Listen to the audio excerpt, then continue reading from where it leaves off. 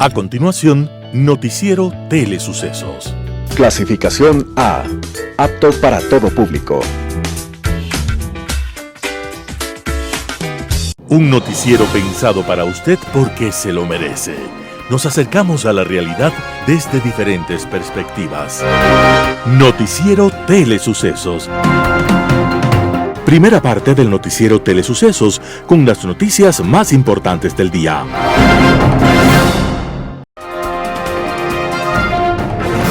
Un día como hoy. Hay seres humanos con deseos de un mundo mejor y con capacidad para mirar el futuro, aún en medio de las limitaciones de la época. Uno de ellos se llamó Francisco José de Caldas, conocido con todos los méritos como el Sabio Caldas, y nacido en Popayán, en el llamado entonces Nuevo Reino de Granada. En una época en la cual ocuparse de la ciencia era inconcebible, Francisco José de Caldas realizó investigaciones sobre los más variados campos del conocimiento. Caldas inventó la forma de medir la altura de las montañas a partir de la ebullición del agua, y aunque nunca reconoció los méritos, este invento fue luego aplicado y explicado en Europa por Humboldt, que lo había aprendido de Caldas. Caldas estudió en Ecuador la fauna y la flora, el clima, la geología, midió las principales alturas, trazó mapas y realizó observaciones astronómicas. Cuando estalló la independencia, colaboró con los insurgentes fundiendo cañones y fabricando pólvora y municiones. Capturado por los españoles y condenado a muerte, Caldas pidió que postergaran su fusilamiento 3 semanas para concluir una investigación científica. A eso, el jefe español le contestó: España no necesita sabios. El sabio Francisco José de Caldas estaba publicando un día como hoy, 3 de enero de 1808, el primer semanario científico en la historia de América, y en su primer editorial decía: Todos nuestros esfuerzos están apoyados en el amor por esta tierra y están destinados a ampliar el conocimiento para una vida digna de nuestros conciudadanos. Las principales noticias del día. Titulares. Viceministro de Gobernabilidad aseguró que se tiene previsto reducir la nómina estatal.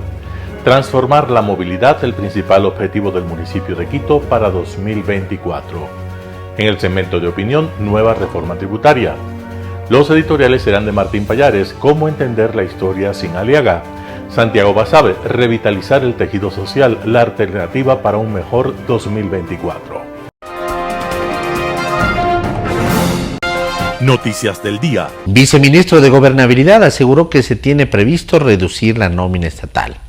Este 2 de enero del 2024, el viceministro de Gobernabilidad Esteban Torres aseguró que el gobierno de Daniel Noboa tiene previsto reducir su nómina. La disposición del presidente es que precisamente los contratos ocasionales que fueron dados en los últimos meses, las últimas semanas del anterior gobierno, no sean renovados. Esto será un ejemplo de que el Estado está ajustando el cinturón como lo están haciendo los ecuatorianos, mencionó. Torres, sin embargo, recalcó que el ajuste no será tan drástico como en Argentina, porque tenemos que velar porque las cosas marchen a velocidad en el gobierno y para eso se necesita burócratas preparados, honestos y comprometidos con el país.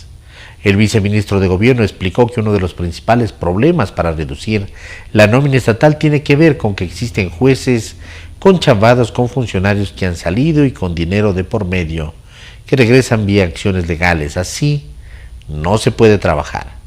Asimismo, afirmó que también se tiene que luchar con mafias enquistadas en mandos medios, las cuales no dejan concretar cambios. Durante los últimos días de diciembre del 2023, el ministro de Economía, Juan Carlos Vega Malo, aseguró que el actual gobierno apunta a un recorte de 1.000 millones en el gasto público durante el 2024, pero sin dar detalles concretos. Se ha hablado de optimizar gastos en las empresas públicas, focalizar el subsidio a los combustibles y ahora se suma un posible recorte de la nómina de la función ejecutiva. Transformar la movilidad, el principal objetivo del municipio de Quito para el 2024. El municipio de Quito definió el 2024 como el año de la transformación de la movilidad. El alcalde Pavel Muñoz asegura que este año se ejecutará el 80% de los cambios que la alcaldía aspira a implementar durante toda su gestión. Entre los principales proyectos que las autoridades manejan están la implementación de la tercera placa, los carriles exclusivos para buses, la reestructuración de rutas y frecuencias y posibles cambios al sistema pico y placa. También se suman la concesión de las avenidas Simón Bolívar y Ruta Viva y la integración del metro con los otros sistemas de transporte público. Para concretar este ambicioso plan, el municipio destinará 427 millones de dólares al sector de la movilidad. Este monto representa el 42% de los 1.009 millones de dólares que manejará toda la institución en el 2024.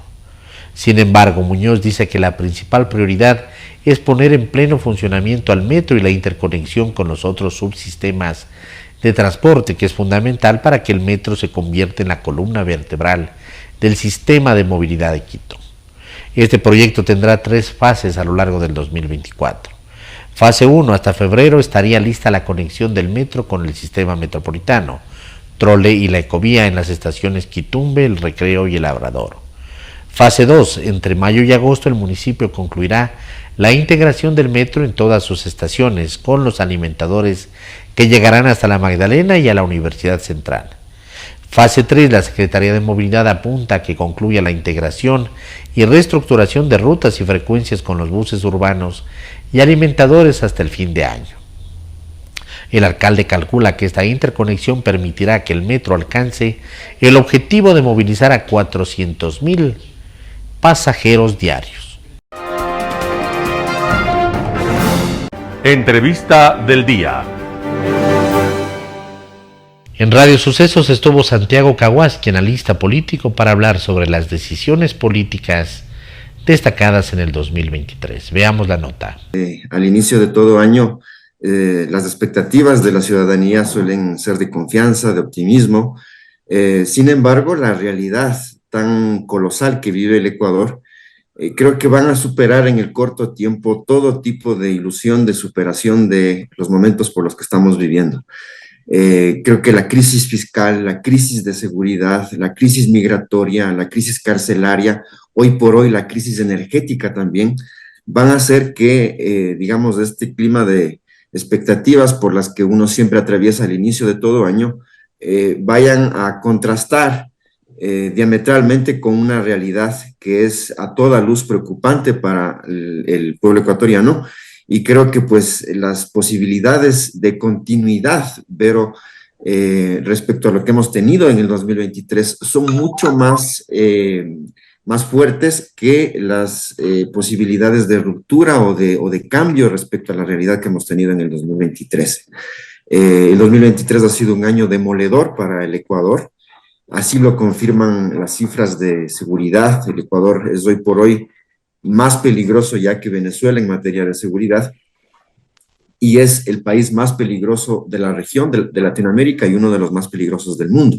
Esto, sin lugar a dudas, muestra de cuerpo entero cuál es la situación del Ecuador.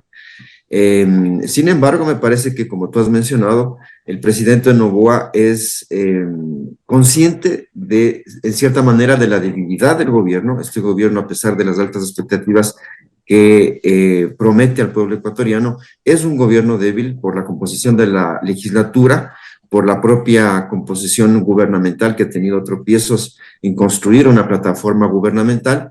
Y me parece que uno de los elementos políticos, de gestión política para disipar esta síntoma de debilidad, es procurarse una mayoría legislativa que ha sido cuestionada, pero que sigue siendo una mayoría. Y también me parece que otro tema que va a empezar el gobierno a articular es la consulta popular para arroparse de un manto de credibilidad, de legitimidad democrática, y que eso le dé pues el capital político rumbo a las elecciones del 2025 a las que él ya ha manifestado que va a presentarse. Importante esta primera introducción que nos hace Santiago Caguasqui. Ahora, antes de hablar de las decisiones que va a tomar, las que ha anunciado, como la consulta, que es importante, Santiago, veamos los momentos quizás más polémicos o más acertados de Daniel Noboa en este primer mes de gobierno que tuvo en diciembre, además que fue, bueno, bastante movido, pero hubo temas polémicos. Por ejemplo, el tema de la vicepresidenta. Se vio en campaña desde un inicio que ellos habían roto sus relaciones, que ni siquiera se miraban a los ojos, y finalmente pues esto concluyó con este mandato que hizo Daniel Noboa de enviar la dimisión a Israel, un país que además está en conflictos ahora mismo con con Palestina. También otra de las decisiones polémicas, cerrar EMCO, esta empresa coordinadora de empresas públicas, que, bueno, este trámite será largo, tendrá que pasar por la Asamblea, al igual que el tema de la eliminación de la tabla de drogas, por ejemplo, pero muchas de estas cosas quizás fue visto con buenos ojos por la gente, y aunque no sabemos en la práctica cómo se va a aplicar, pero ¿cómo ve esas decisiones un tanto polémicas del presidente Noboa? ¿Le ayudarán a tener mayor capital político, mayor gobernabilidad, mayor popularidad o todo lo contrario? ¿Cómo lo ve usted? Se mira a toda luz como decisiones erráticas, no solamente lo que tú has manifestado, la propia designación de los gobernadores, reculando a los 3, 4 días, la designación en 4 o 5 provincias del país. El mismo problema que se ocasionó con la designación de la vicepresidenta como embajadora de la paz, supuestamente, en Israel, el retiro de la seguridad de la vicepresidenta en un conflicto, en un contexto muy delicado a nivel mundial, me parece que dan cuenta ciertamente del poco tino, de un problema que quizás haya podido haberse resuelto de otra manera, y que sin embargo ahora está ocasionando que un inconveniente quizás innecesario para el presidente Noboa. Me parece que lo que está de por medio es justamente una cercanía que nunca existió.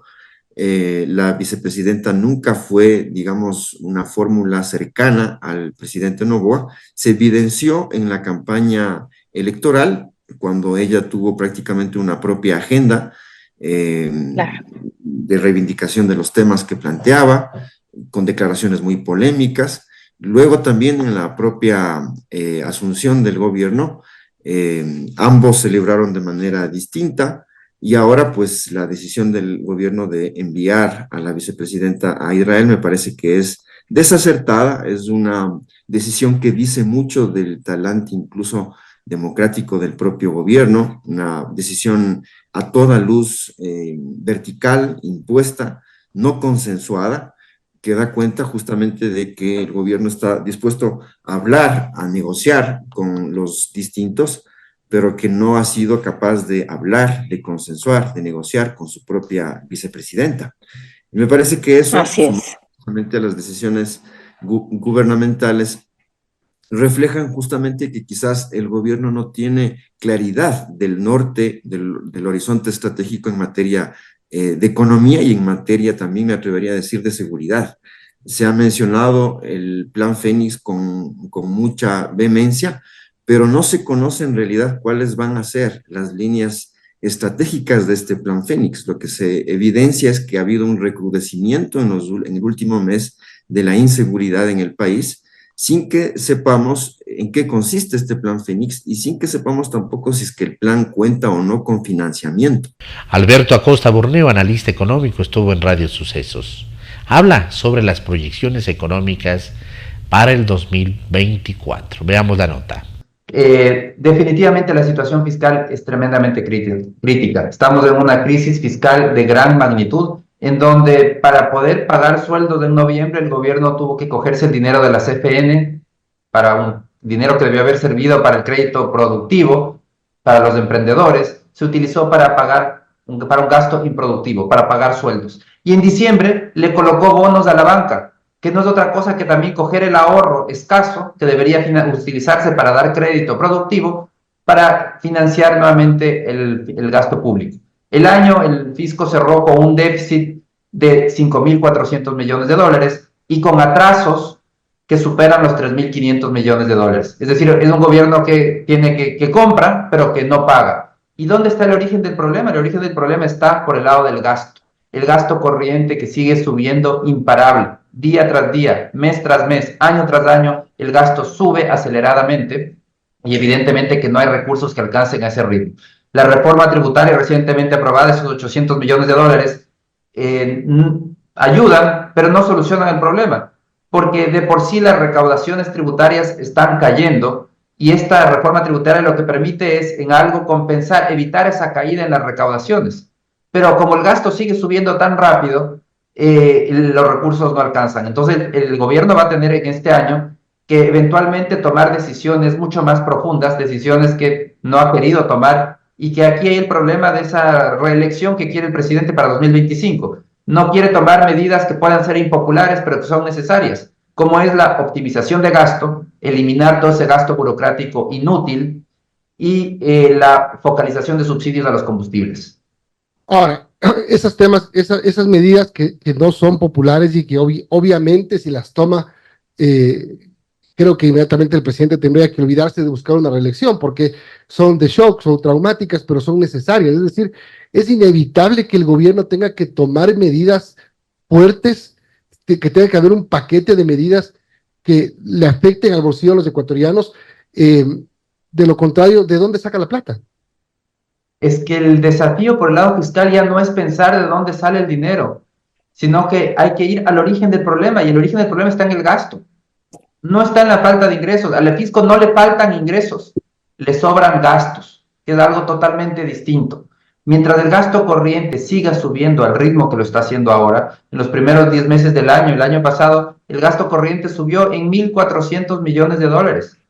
A ese ritmo de incremento del gasto, simplemente no hay dinero que alcance. Entonces, el gobierno va a tener que enfrentar, y es inevitable, que vaya al origen del problema. Hay que hacer una revisión de las instituciones estatales inútiles y eliminarlas. Hay una cantidad enorme. Tengo una lista aquí de más de 80 instituciones inútiles que no le agregan valor a los ciudadanos. Esas no tienen ningún sentido que continúen funcionando. Hay que cerrarlas, porque el Estado tiene que saber priorizar. ¿Qué queremos los ciudadanos del Estado? Queremos que nos dé una salud de calidad, que nos dé una educación de calidad y que nos dé seguridad. Entonces, la única manera de hacerlo es priorizando los recursos. Dejar de hacer todo aquello que no agrega valor, eliminar toda esa burocracia inútil y destinar más recursos para lo que sí agrega valor. Salud, educación, seguridad. Esa es la salida. La salida de seguir posponiendo o raspando la olla, vendiendo oro, anticipando ingresos, anticipando impuesto a la renta, anticipando renta petrolera, no es una solución. Es simplemente una manera de comprar tiempo, de tapar un hueco, abriendo un hueco mucho más grande en el futuro. Ahora, por ejemplo, este tema anunciado de la venta de oro. La venta de oro, ¿qué significaría? ¿Qué nos puede dar? Mire, es raspar la olla. Están raspando el cocolón. Eso es lo que están haciendo. ¿Qué van a hacer el día de mañana? O sea, ahorita quieren vender ese oro de esa manera que haya una ganancia por la venta y que el Estado se pueda llevar el 70% de esa ganancia para poder financiar el pago de sueldos de un mes, de medio mes, porque no le alcanza para más. Ya en noviembre fueron muy creativos cogiéndose el dinero de la CFN. En diciembre también aumentó su creatividad cogiéndose el dinero de los bancos a través de colocarles bonos. Ahora quieren vender el oro, quieren hacer una preventa petrolera. Todo eso es cavar un hoyo, tapar un hueco, haciendo un hoyo mucho más grande para el futuro. Y lo que tenemos que estar muy claros es que el futuro llega y que vamos a pagar las cuentas de todas estas políticas irresponsables, porque no están solucionando el problema. Están comprando tiempo de una manera muy costosa y ahondando el problema de aquí a la vuelta de la esquina. Y tendremos que eventualmente enfrentar el problema cuando ya no haya más opciones, ya se haya acabado todo el cocolón que raspar en la olla, ya no haya más cocolón que raspar. Entonces, más vale que el gobierno aplique una política de estadista, que demuestre un carácter de estadista y que comience a tomar correctivos del problema de fondo, que viene por el lado de optimizar gastos y focalizar subsidios. En Impacto Informativo, Ángel Horna, catedrático y jurista, hace una evaluación del poder judicial. Escuchemos lo que dijo. Ha sido un año que precisamente han existido denuncias de todos los lados, gremios, la sociedad como tal, respecto a un tema fundamental que es la desinstitucionalización de la justicia en el Ecuador, que tiene varios parámetros y que ahora tiene algo más, lo que hemos denunciado permanentemente. Siempre habíamos planteado, y creo que se ratifica en el 2023, las intenciones de cooptar la administración de justicia por los diferentes sectores políticos, fácticos, económicos, para ponerle precisamente a su servicio. Y decía, ahora tenemos algo más, que es el narcotráfico y el crimen organizado. Lo que ratifica precisamente es que entonces la justicia en el Ecuador ha sido cooptada, y podríamos hablar no solo de la justicia, se irá descubriendo más adelante cómo es que el narcotráfico, la corrupción y el crimen organizado tienen tomado al Estado ecuatoriano. A esta altura de cerrar este año debemos hablar que existe un narcoestado, porque los chats del señor Norero, que es un segmento del narcotráfico, hay que tomar en cuenta, se está desenmascarando un segmento. ¿Cuántos más existirán precisamente en este intento de controlar las instituciones del Estado? Nos demostrarían de que esta penetración, esta infiltración hacia la justicia es una realidad. Entonces, usted tiene la teoría de que hay más metástasis mientras más grupos del narcotráfico existen. Sí, definitivamente. En el mundo del narcotráfico no podemos hablar de una sola banda, de un solo grupo. Inclusive se habla de enfrentamientos entre estos grupos de narcotraficantes en la ola de violencia que vemos, de asesinatos entre bandas criminales, precisamente por controlar ya no solo lo que nos decían las noticias, en Durán, en San Borondón, en todo el país, que se mataban por controlar los territorios de venta de las drogas en las ciudades del país. Yo creo que ahora podemos hablar que puede haber confrontación o existe confrontación por controlar las instituciones del Estado, y una de esas es la justicia. Porque entonces, ¿por qué no se habla de otros grupos que durante todo este tiempo del 2023 también ha sido denunciado? León de Troya, por ejemplo. Claro. Que no empieza. Por eso en las filas universitarias en donde yo me desenvuelvo ahora, decimos, está bien lo que ha hecho la señora fiscal Diana Salazar, pero no es suficiente. Es grande lo que ha hecho, por si acaso. No cualquiera lo hubiera hecho. Pero se necesita ir a golpear, a descubrir todo un entramado de penetración del narcotráfico y de la corrupción en la política, porque estamos viendo, por ejemplo, fuera del tema de la justicia, políticos. Se habla del exalcalde de Manta, de varios ciudadanos candidatos involucrados, y que también nos llevaría a esta altura del año a señalar de que hay una conexión directa de la política con el narcotráfico. Y este segmento de que se ha denunciado el narcotraficante Norero nos hace entender que el segmento más involucrado es el correísmo. Porque, y esto no lo decimos por una cuestión que a veces dicen por oposición o por... No, la Fiscalía nos está demostrando con los chats las condiciones políticas que existen. Por ponerle un ejemplo, ¿cómo se entiende entonces el juez Curipayo de Santo Domingo, a la vez que lo deja libre a Glass, deja libre a Salcedo, claro, a Salcedo y dejan libres a narcotraficantes? Bueno, y usted está hablando de elementos muy frescos, ¿no? Porque los chats sobre Curipayo se dan a conocer y hay amplio despliegue en la prensa nacional desde ayer. Por supuesto, y los nexos también dicen la prensa de Salcedo con Norero. Y no nos olvidemos de Salcedo vinculado a los negocios del tráfico de medicamentos en la pandemia, vinculado a otros sectores políticos. No nos olvidemos de que Salcedo estaba involucrado también hacia el roldosismo, hacia los Bucarán. Entonces podríamos hablar precisamente, recordarle a los ciudadanos que nos escuchan este nexo real que hoy existe entre la política, sectores políticos, porque no podríamos generalizar, la justicia y el narcotráfico. Y de paso, porque habrá funcionarios judiciales que nos escuchan, jueces probos, decirles que no es todo el sistema judicial, que sí hay jueces probos responsables de su trabajo. La infiltración del narcotráfico y del crimen organizado es básicamente a los jueces de lo penal, a los jueces, a las salas de lo penal, que como decíamos, inclusive tenía una desesperación el doctor Wilman Terán por nombrar los nuevos jueces de la Corte Nacional, que hoy ha sido echado abajo.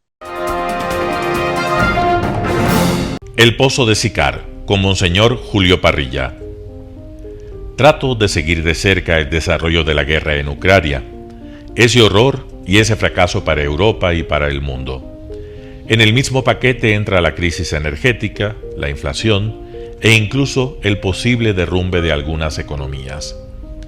El último capítulo es la movilización ordenada por Putin, no la primera de cerca de 300.000 reservistas, sino también la actual, el grupo Wagner y otros grupos de presidiarios, y también la amenaza de utilizar armas nucleares.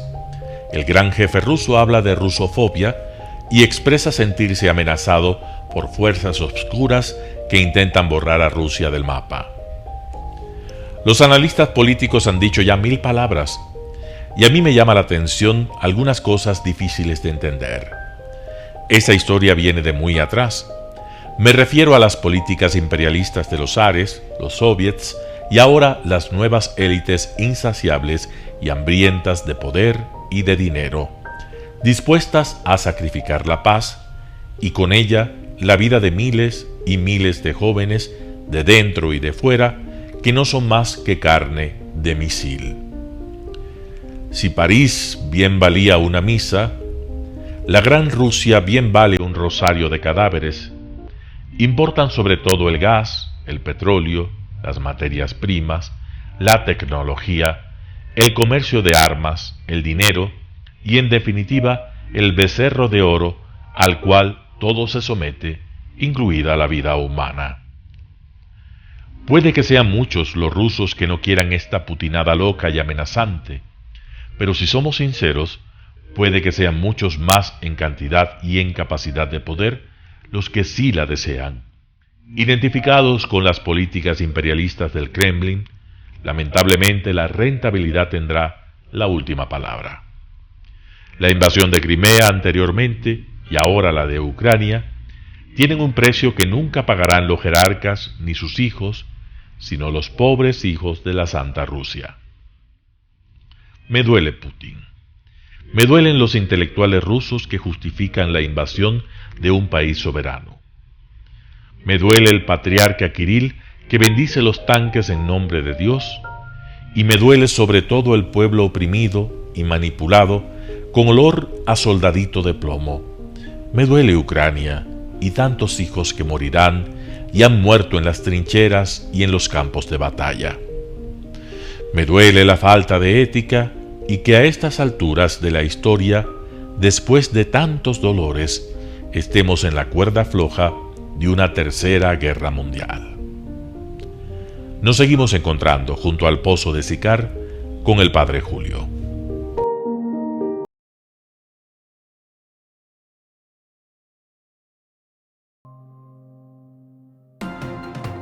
Un panorama de noticias para su estatura intelectual.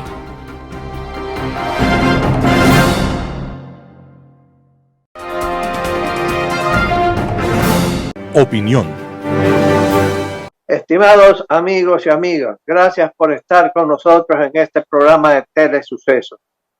Ya está en vigencia la ley de reforma tributaria que yo he denominado y que fue aprobada por la Asamblea Nacional con pequeños cambios. Y el Gobierno Nacional, yo diría, está satisfecho por lo que se ha escuchado al presidente y al ministro de Finanzas, están satisfechos de la colaboración de Asamblea Nacional para aprobar fundamentalmente lo que había propuesto el señor presidente Noboa.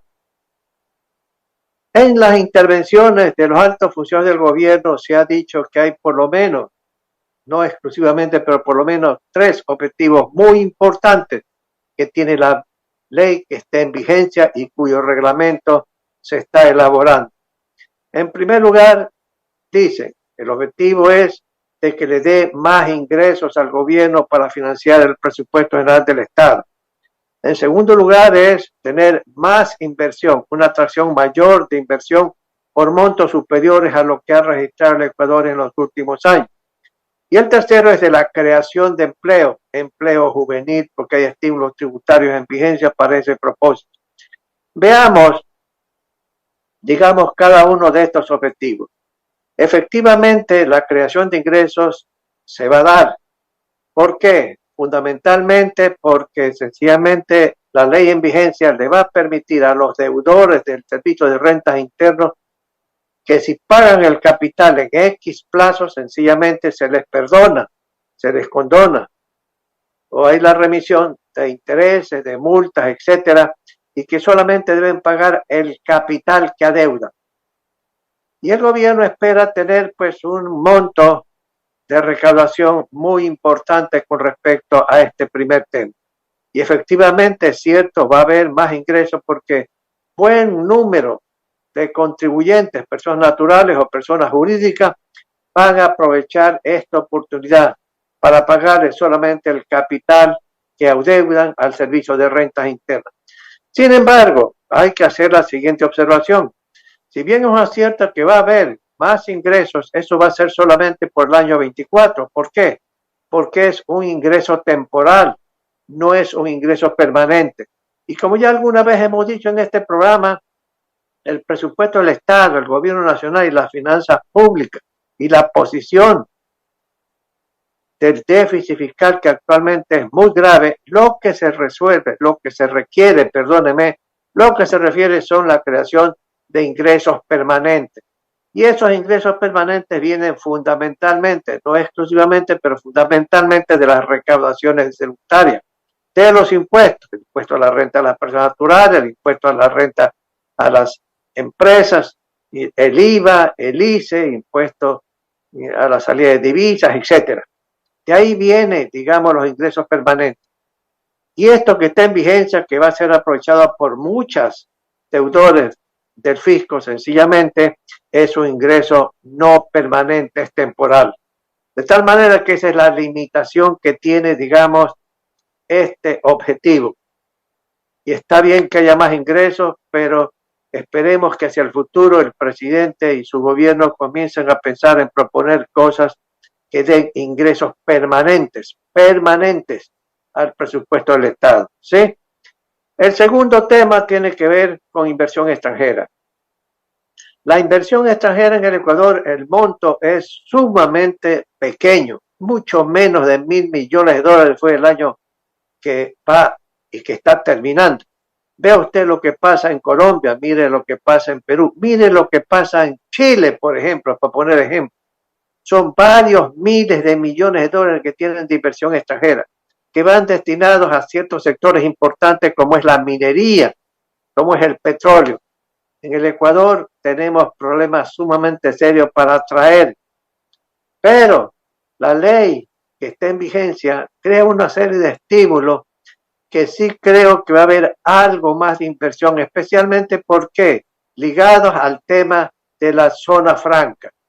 Y ese es un acierto, el concentrar un gran esfuerzo en las zonas francas, porque uno tiene varios ejemplos en varias partes del mundo, en América Latina tenemos ese caso, en que ha dado resultado porque ha habido inversión nacional e inversión extranjera en esas zonas para producir bienes ABC a los fines de exportación. Y eso naturalmente es interesante y yo creo que es un acierto y va a dar ciertos resultados, pero no son resultados de corto plazo, porque falta el reglamento para saber exactamente cómo se van a determinar los incentivos que se crean en esta ley que ya está en vigencia. Y llevar a cabo esas inversiones siempre toma tiempo, tanto al inversionista nacional como al inversionista extranjero. De tal manera que hay un acierto en esta materia, pero sus resultados van a estar más en el mediano plazo que en el cortísimo plazo del año 2024. El otro tema y el otro objetivo que ha sido anunciado por el gobierno es la creación de empleo, especialmente el empleo juvenil. Yo creo que es positivo esta vigencia de esta parte de la ley. Sin embargo, no creo que sencillamente vaya a haber, digamos, un crecimiento espectacular del empleo juvenil. Hay sectores que van a seguir creciendo en el Ecuador, pero hay otros sectores que no van a crecer. El sector de la construcción, por ejemplo, que crea mucha mano de obra, pero no va a crecer como espera el gobierno en esa materia. Y eso tendrá que hacerse otra serie de acciones para que el sector construcción pueda resurgir. Pero hay otros sectores que van a crecer y otros sectores que no van a crecer. Ningún empresario privado, ningún empresario en Ecuador, ninguna parte del mundo crea empleo juvenil si no hay necesidad. Y esta necesidad la crea si hay mayores ventas, si hay mayor producción. Vuelvo a repetir, los empresarios privados, si ven que hay más ventas, si hay más producción, requieren más mano de obra. Y ahí entrarán los estímulos para contratar el empleo de jóvenes de 18 a 29 años, como dice la ley. De tal manera, amigos, que si bien es un acierto, va a ser modesto. De tal manera que yo digo que es positivo la vigencia de esta ley y esperemos el reglamento para que comiencen los agentes económicos a tomar ventaja de lo que dice la ley en vigencia. Gracias, amigos. Nos veremos la próxima semana. Editorial. ¿Cómo entender la historia sin Aliaga? Artículo de Martín Pallares publicado en Diario El Expreso. Es de esperar que en el futuro se pueda observar al caso Metástasis con mirada de historiador, desde una perspectiva que trate de ubicar a los acontecimientos que han salido a la luz dentro de un contexto histórico. Uno de estos temas es el de Ronnie Aliaga, que en el destape de los chats del narcotraficante Leandro Norero es nombrado con el alias de El Ruso y descrito como el operador de la mafia en la Asamblea. Los periodistas que cubrieron la anterior legislatura fueron testigos de su meteórica carrera. No demoró mucho este Latin King en convertirse en uno de los asambleístas más relevantes de la bancada del correísmo. Aliaga, en realidad, estaba en todas. No había investigación o iniciativa de proporciones en la que no apareciera en primera línea. De él se hablaba como carta del correísmo para ser presidente de la Asamblea, y hubo sectores de ese movimiento que lo querían de próximo candidato presidencial. Aliaga, sin embargo, fue carrera de caballo y parada de burro.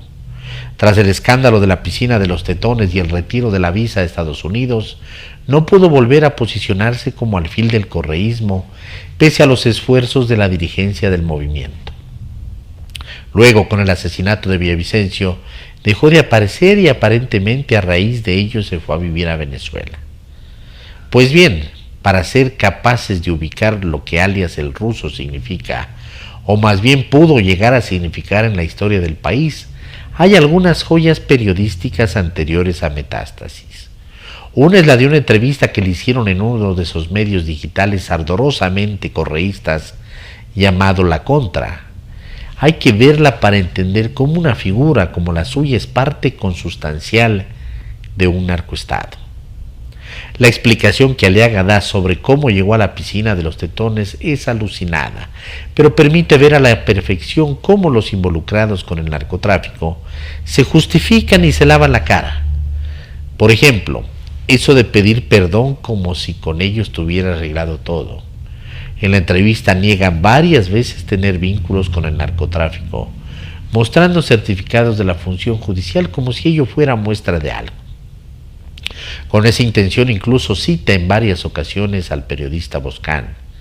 Dice que en una comparecencia en la Comisión de Justicia lo declaró no involucrado con el narcotráfico en 2 ocasiones.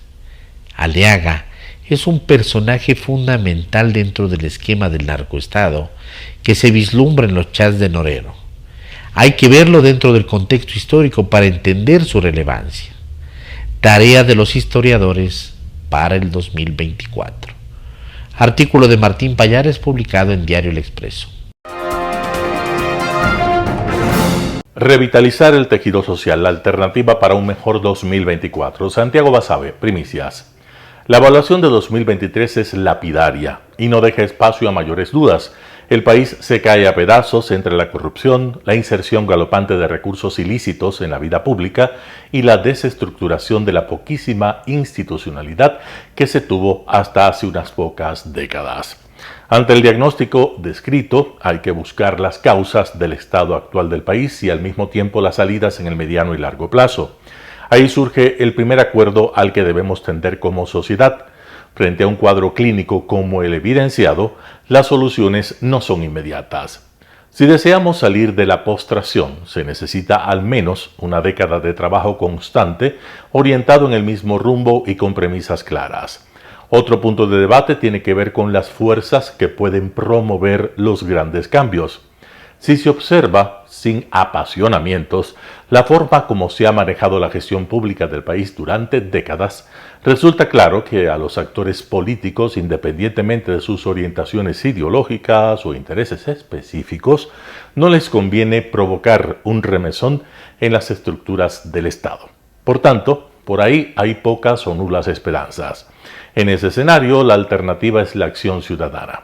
Allí radica, de hecho, el segundo acuerdo nacional. A este país se lo saca de pantano con la gente y no con los políticos. Aunque allí la tarea es ardua y conlleva una serie de desafíos a los que no resulta fácil enfrentar, al momento no se ve otra fuente de revitalización de la vida política, económica y social. Lo dicho no implica dejar de lado la idea de la representación política ni el afianzamiento del postulado de que la vitalidad de los procesos electorales refleja de forma clara la salud del régimen democrático. No se trata, por tanto, de aupar posiciones abiertamente totalitarias o aquellas que tras la máscara de las urnas esconden prácticas abiertamente despóticas como las que se ven día a día en Nicaragua. Los dos acuerdos señalados buscan, por el contrario, tratar de dar una tónica distinta a la vida pública a partir de una ciudadanía vigorosa, deseosa de salvar lo poco que queda en buen estado y con el ímpetu para cambiar lo que está corroído, que es la mayor parte de las aristas de la vida pública, desafortunadamente. En ese intento, la capacidad de asociación ciudadana es decisiva, pues en lo de fondo, operar de forma individual es mucho más difícil que hacerlo en cooperación con otros. Esa declaración, que parece a todas luces una obviedad, en realidad deja de serlo cuando colocamos algunos de los rasgos que distinguen a la acción cívica a la que me refiero. De un lado, no se trata de organizarse bajo la tutela del aparato estatal, ni tampoco con fines electorales.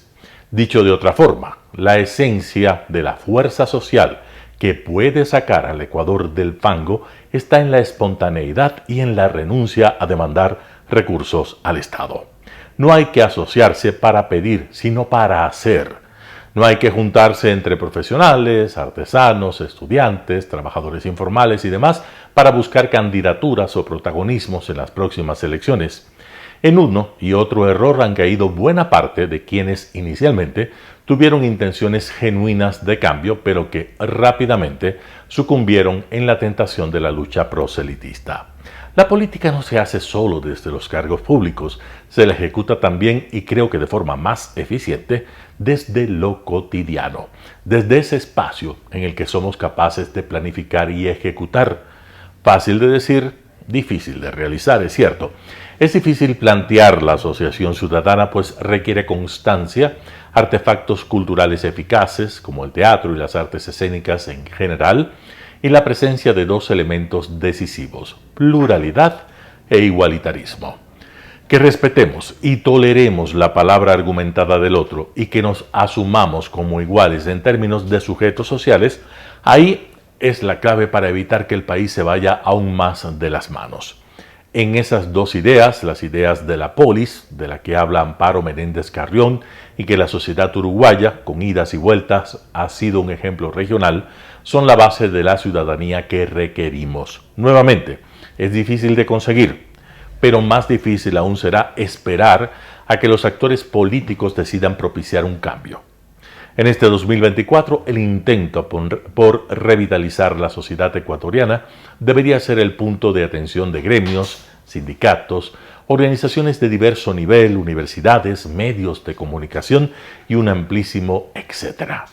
Si no lo hacemos, si dejamos que la vida política siga transcurriendo bajo miradas pasivas de la ciudadanía, pronto, muy pronto, estaremos en una situación tal que en la que emigrar para los que puedan será la única alternativa. Para los que ni siquiera pueden pensar en eso, la opción será convivir en un espacio territorial, no en un estado, que en nada se diferenciará de los episodios de violencia y desestructuración ya vividos en Centroamérica y en varias regiones de África. Santiago Basabe, Primicias. Noticias internacionales. En Japón suben a 48 los muertos en la costa occidental debido al terremoto. Al menos una cincuentena de muertos en Japón por el terremoto de magnitud 7,6 que golpeó el lunes la costa occidental. Aunque se han reducido las alertas de tsunami, miles de vecinos han pasado la noche en centros de evacuación. Los servicios de protección civil temen que pueda haber aún más gente atrapada bajo los escombros de construcciones que se han derrumbado. Alrededor de 1.000 efectivos participan en las operaciones de rescate. 午前10時に津波警報が解除されました。今後本格的にこの回路を通じた輸送ルートの確保を本格的に進めてまいります。現在発生している停電や断水、通信の途絶についても現地に作業員が入り復旧を進めているところです。El temblor quedó registrado por numerosas cámaras en el interior y exterior de edificios. El ejército japonés ha repartido suministros, incluidos alimentos, agua y mantas para quienes han tenido que abandonar sus casas. En la prefectura de Ishikawa se produjo un incendio que ha afectado a más de 200 edificios. El número de hogares sin luz se cifra en decenas de miles.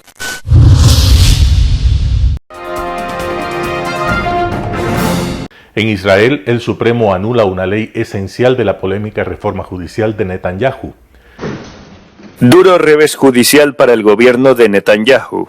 El Tribunal Supremo de Israel anunció la anulación de una ley crucial dentro del controvertido proyecto de reforma judicial impulsado por el gobierno en julio.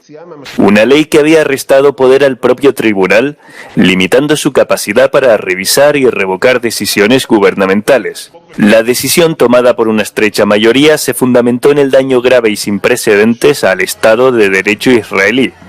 Los críticos afirmaban que socavaría la división de poderes y la independencia judicial, lo que llevó a masivas protestas en Israel antes del estallido del conflicto en Gaza.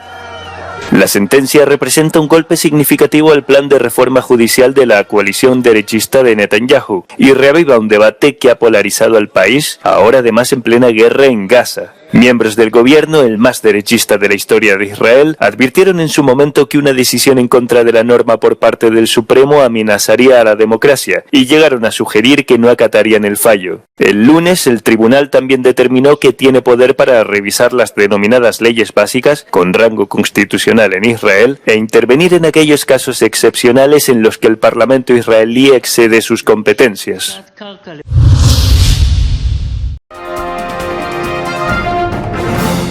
Puñalada en el cuello contra el líder de la oposición de Corea del Sur, Lee Jae-myung. Apuñalado el principal líder de la oposición de Corea del Sur.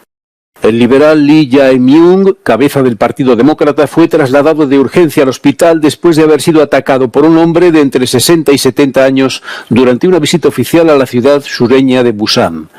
Lee, de 59 años, fue apuñalado en el lado izquierdo del cuello. La herida no hace temer por su vida.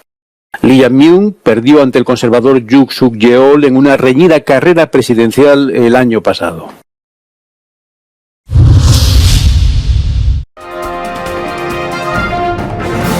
Cinco muertos y 379 evacuados tras el choque de dos aviones en un aeropuerto de Tokio. 5 muertos tras el choque de una aeronave contra un vuelo comercial en el aeropuerto de Haneda en Tokio. El suceso se produjo cuando el vuelo 516 de Japan Airlines procedente de Sapporo colisionó contra una aeronave de la Guardia Costera. De los 6 ocupantes de esa aeronave, solo ha sobrevivido el capitán, que se encuentra gravemente herido. Los 379 ocupantes del avión comercial fueron evacuados, 17 resultaron heridos. El incendio de uno de los motores del vuelo comercial provocó un aparatoso fuego que fue sofocado después por los bomberos. El incidente obligó a cerrar todas las pistas del aeropuerto. El de Haneda es uno de los aeropuertos más transitados de Japón y su volumen de pasajeros aumenta considerablemente durante las fiestas de Año Nuevo.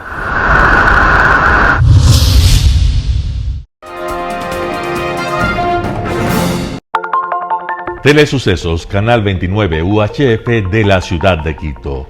Un canal de televisión abierta, siempre inédito, para una audiencia especial, Somos cultura, educación, salud, opinión calificada, normas de vida.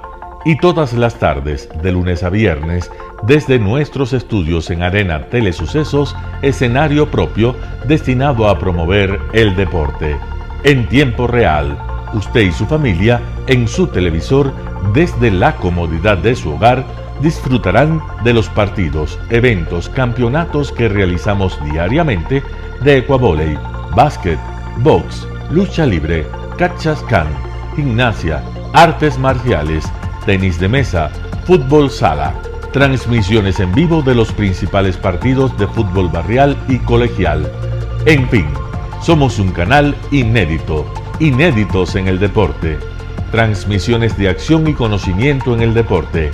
Espacio diario conducido por el arquitecto David López todas las tardes, de lunes a viernes, de 4 a 5 de la tarde. Siempre inéditos y distintos, siempre jóvenes. Personajes jóvenes de generaciones nuevas.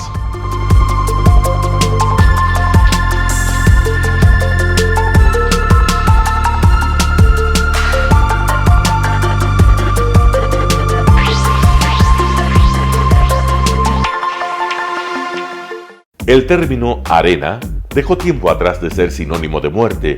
Hoy es un espacio de vida, de desarrollo de una de las actividades básicas del comportamiento humano, el deporte, que quizá, como ninguna, moviliza sentimientos y emociones, elimina como principio la violencia, intereses personales, trampas, desunión e intrigas.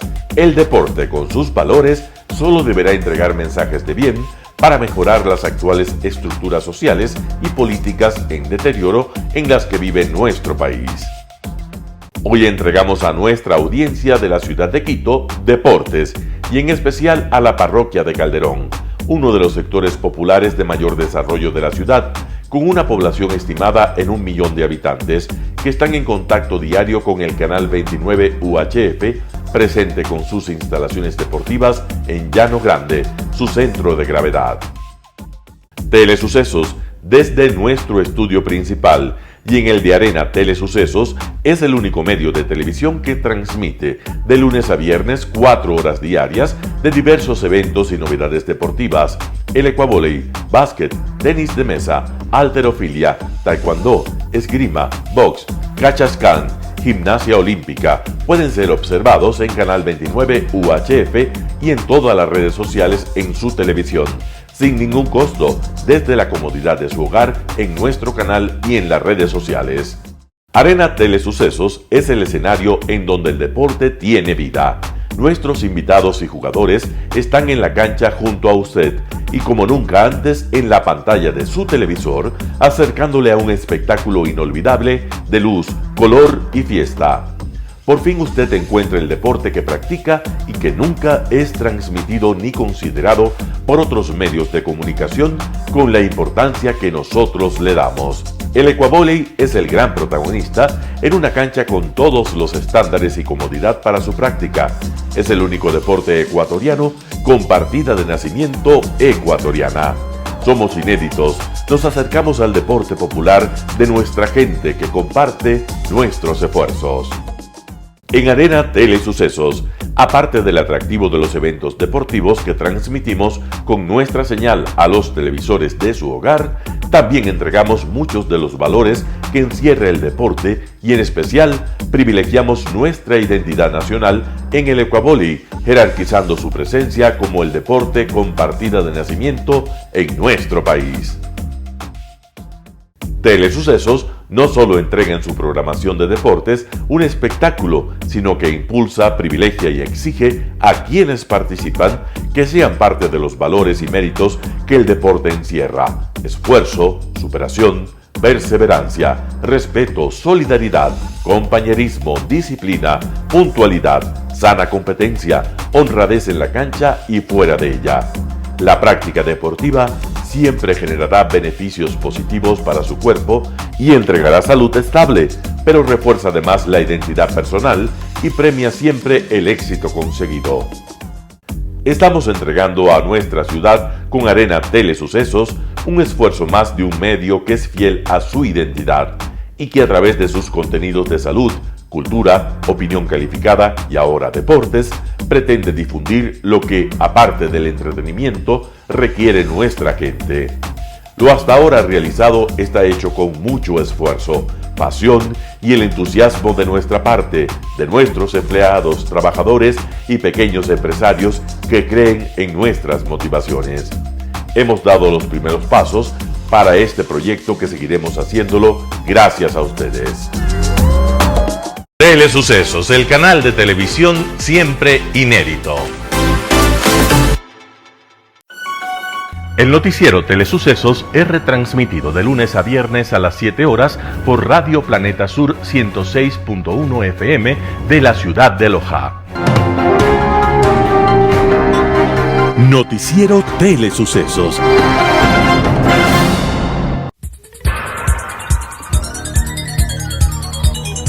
Las opiniones vertidas en este espacio por la producción y dirección del programa son de exclusiva responsabilidad de sus autores y de quienes intervienen en ellos.